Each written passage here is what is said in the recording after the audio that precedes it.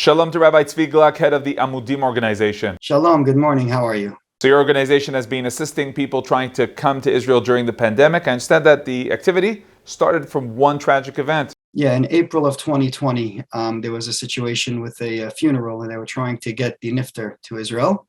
And there was a lot of complications, and they reached out to me to try to help based on my public relations and communal experience, not necessarily as the organization. And it just snowballed from there, from one to two to now it's been thousands of people that we've been able to help. So tell us about the challenges. What do you do to assist? I mean, the challenges is even in times when there were, permissible reasons, just getting the paperwork together, knowing how to fill it out, knowing what's required to be uploaded when they started with the new system. We ended up developing an entire website just with information. We had close to 500,000 hits on the website, just where people were able to see exactly how to do it. Because by just going to the main websites that the Misrad HaPnim and Misrad HaChutz had, nobody really was able to figure it out. So that was, one challenge was just practical, just giving people the tools that they needed. And then as the rules are ever changing, what we've noticed is that they'll rule on something in Israel and the Misrad HaPnim will make it official, but then it has to go through the bureaucratic channels until it gets down to the consulate level for them to be able to approve something. So even though the Misrad HaPnim says this is okay, but if they don't officially and formally let the Misrad HaChutz know in a timely manner, that time lag creates a lot of confusion. People start putting in applications. It overloads the Misrad HaChutz, but they can't approve it because they haven't been told to do it yet.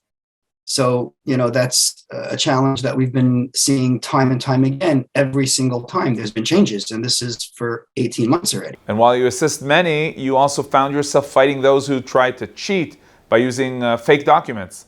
So we have been very strict at Amudim, and my staff that is specifically dealing with the travel help desk are very, very careful. We don't allow any shtick. People have offered us thousands upon thousands of dollars, and we've just turned them all down. What people don't realize is when people do pull shtick, it ends up affecting everybody. So, at one point we were assisting with the student visas. We had over 3,000 students that we assisted to get visas. And then people would come to us with applications that were clearly fake. A 57-year-old male with a wife and 6 kids in America magically has a acceptance letter to a school in Israel, and we would not process them.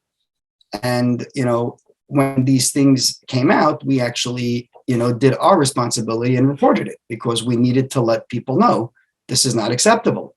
What people didn't realize is each time one of these things got caught, it affected the greater picture and it hurt everybody else. And that was really not fair. Rules are changing all the time, Rabbi Gluck. What can you tell us about the rules, at the moment that we're recording this interview? So for funerals, people still can come in and get permission for up to 24 hours.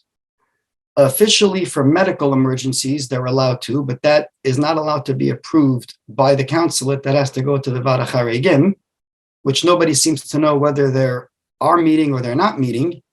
And some of the cases that the Vada Charegim have been rejecting have been heart-wrenching. I mean, I'm reading some of these cases and it's like, why aren't you letting these people in? But there's nobody to talk to. So, officially there are rules. I mean, parents of a chatan or a kala that are getting married are allowed to apply to come in. Now, according to the Misrad HaPnim, grandparents also. But according to the Misrad HaChutz, grandparents not, because they were never told. There was this rule that people can go in, for the birth of a grandchild. Now they want to make the rule that it's only for the birth of the grandchild if you're the parents of the mother, not the father. So, and even that, they put out a press release, so nobody knows what it means. We start getting bombarded with phone calls saying, we're trying to get in, we're trying to this, we're trying to that. And now it's like nobody knows what to do. How about the whole aspect of vaccination? Do you hear people upset that vaccination is part of the rules and the conditions?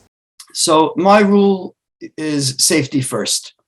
If a government makes rules that you have to be vaccinated to enter, they have the right to do so. I'm not here to take a position on vaccine, not vaccine. That's not my concern. If the government makes the rules, we have to respect those rules. There are certain issues, though, within that don't make sense. For example, Somebody in America just recently had COVID and they got monoclonal antibodies. They're not able to get a vaccine for 6 months medically. However, they have more antibodies medically treated that puts them in a much safer space. Why aren't people in that category allowed to enter? So even within their rules, there needs to be certain criteria that will make sense medically, to assist everybody. So, yes, there are people complaining. I'm not complaining about that. The government has the right to make their rules, but there has to be certain give and take in areas where people are in a healthy space vis-a-vis COVID. Somebody just received a monoclonal treatment 3 weeks ago, 4 weeks ago. They're far off better than anyone who received a booster within 6 months. Yet that's not acceptable.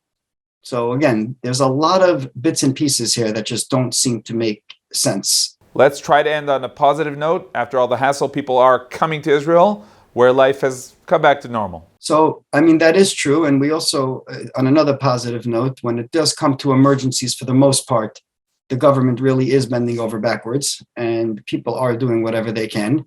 And we do appreciate that everyone's doing the best they can. And I can tell you that in the last 18 months, we've helped literally tens of thousands of people be able to come in. And it's been a great feeling to know that we can help them.